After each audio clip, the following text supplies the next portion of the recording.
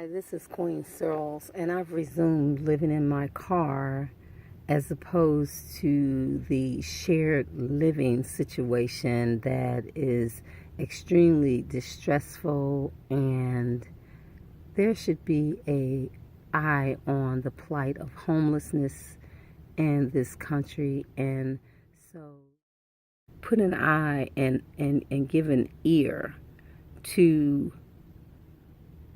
what is going on, and then do whatever you can do to help alleviate homelessness, because even with Section 8 vouchers, there's a challenge finding a place, particularly if you have no peace and not enough opportunities to look for a place. Thank you for viewing this video. I'm calling this Shared Living Drama, Part 1.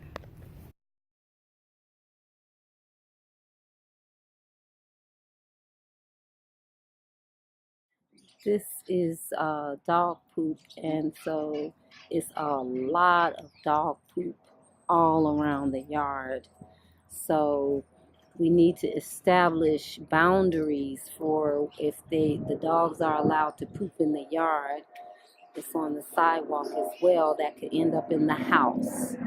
Okay, this is Queen, and today is my first day, and I'm just saying that we need to get some house rules. The bathroom outlet is broken. There is no light in the kitchen, but you see all of these knobs. This is on the top of the refrigerator, and those knobs should actually be on all of these cabinets, which makes them difficult to open and close, and they slam shut. Now, you need to see, I just broke, all of my nails are broken because you have to open them like that. And so I just broke another nail. And every nail on this hand is broken. And this cabinet, they know, is broken. So you have to go under there like so to open the cabinets. And when you close them, they kind of slam.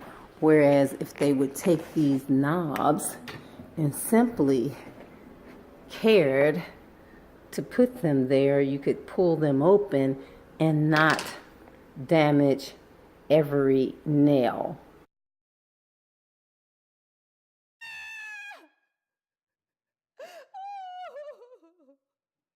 Roach carcasses sent me into a serious post-traumatic distress, particularly because with no light, they blend into the counter and to the floors, and the one that was lodged in the hinge really caused me post-traumatic distress that kept me from getting anything accomplished for that day. And I had to go see my therapist, and when the one landed on my arm the next day, it was very traumatic. When the case managers came in, and I told them about what had happened earlier before they came and left the carcass there for them to look at, they didn't even want to look at the carcass. I'm very distraught now. I just received notice from my storage, which I had given the invoice to the organization that is helped me get into the home, and also they had been paying my storage, and they weren't going to pay it, but the supervisor of the organization told me to bring it in. This was like on March the 9th, and said that they were going to rush pay it. And on the 24th, I just get a notice from my storage, which I went to get boxes and everything. I was going to put them in storage because there's so much trouble in that house, especially on the weekends when people are drinking and drugging or whatever else they're doing, that I wasn't going there. And so now my car is full of boxes, and I rest in my car, and it's just crazy because I contacted the organization, spoke to the case manager. She told me over a week ago that the invoice had been processed and that it would be paid. And now I'm totally locked out of my storage unit. And that's not good, especially since I really don't have any place to go. So I'm probably going to have to go to this house maybe while it's early in the morning, put the boxes in there, but that's eating up my gas, and just time that I really don't have. I really don't want to be in that house without, someone that there and I know that has my back because of the enormous amount of confusion on Wednesday when I was there.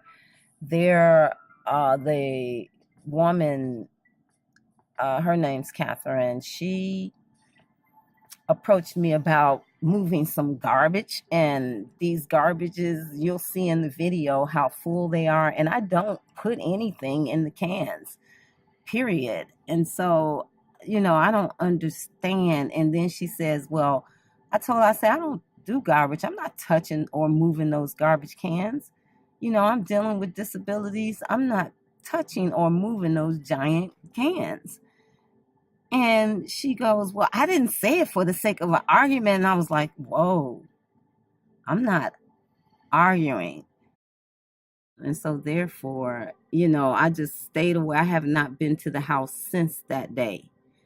And I really don't want to go, but I can't drive around with all of these boxes because I'm trying to pack and get all of my stuff out of there by the 1st. But everybody is making it impossible. The case managers came after I went there and told them about the incident, and another one of the ladies, which you'll see in this video that's coming up. You all need to take whatever time and watch. Somebody needs to watch and put an eye on what's going on with homelessness, and not rushing and don't have time because maybe a video might be 20 or 30 minutes or however long. Okay, this is a serious situation. I have the equivalent of 3 master's degrees. I came from a 6-figure income, okay, and I can rise again. But there are evildoers who would want to make sure that somebody like me cannot rise up again. And they come in all forms. And it's like the movie Fallen, but that's another different story. Guests just use the downstairs bathroom. They're here almost every day. They didn't bother to rinse the dirt out, and then they left the floor extremely wet, throwing things that should be in the garbage down the toilet. The dogs defecated in front of the meal. Then they sniffed it and they refused to eat it. The neighbor said that they did not put that out. That was nasty. When I asked Catherine, she gave me an evil eye that if looks could kill, I would be dead. Take a listen to Ann and Catherine plotting about the garbage being moved. I don't know who's crashing days down here. There's some black bags and some Macy bags. I don't know who they belong to. I refuse to pick them up because they're not mine. And if we can go so far as having somebody to come and cut the yard, surely they can pick up their trash and put it up so that people immediately won't throw it all over the yard.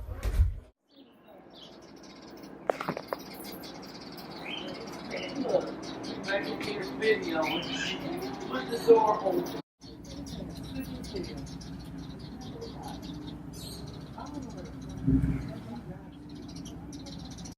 Today is Saturday and it's the 18th of March, and now Ann is having someone clean up all of the mess that's been in the front. And when I questioned them about it the other day, who's been putting all of this food and other things in the yard, they looked at me with a very evil eye.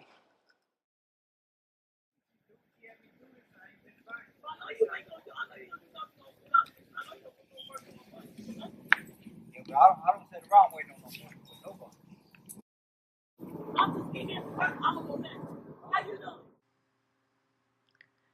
In addition to the aforesaid, and notwithstanding that on February 22nd, with the help and guidance of Jesus, who I prayed and asked to help create a resume for Catherine because I was exhausted and she needed it in the morning,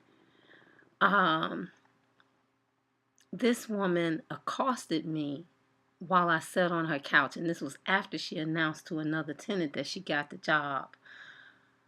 I was sitting on a couch that the case manager said the week before was for everybody's use. But I told her that my shoulder and back was hurting due to some medical conditions, and this lady, she was ugly. She said, "I don't care. You didn't ask to sit on my couch," in that kind of tone. And then she began pointing in my face and raising her voice and speaking so condescendingly. I had to go into the breath, and I had to practice some of the techniques that my therapist, had taught me. And when I politely, I just admonished her, "Look, you need to step back, and you need to stop pointing your fingers in my face." She walked off very contemptuously took her cell phone out. "That's all right. That's okay. That's all right." And she went out the door. Well, the next morning there were nails in 2 of my tires.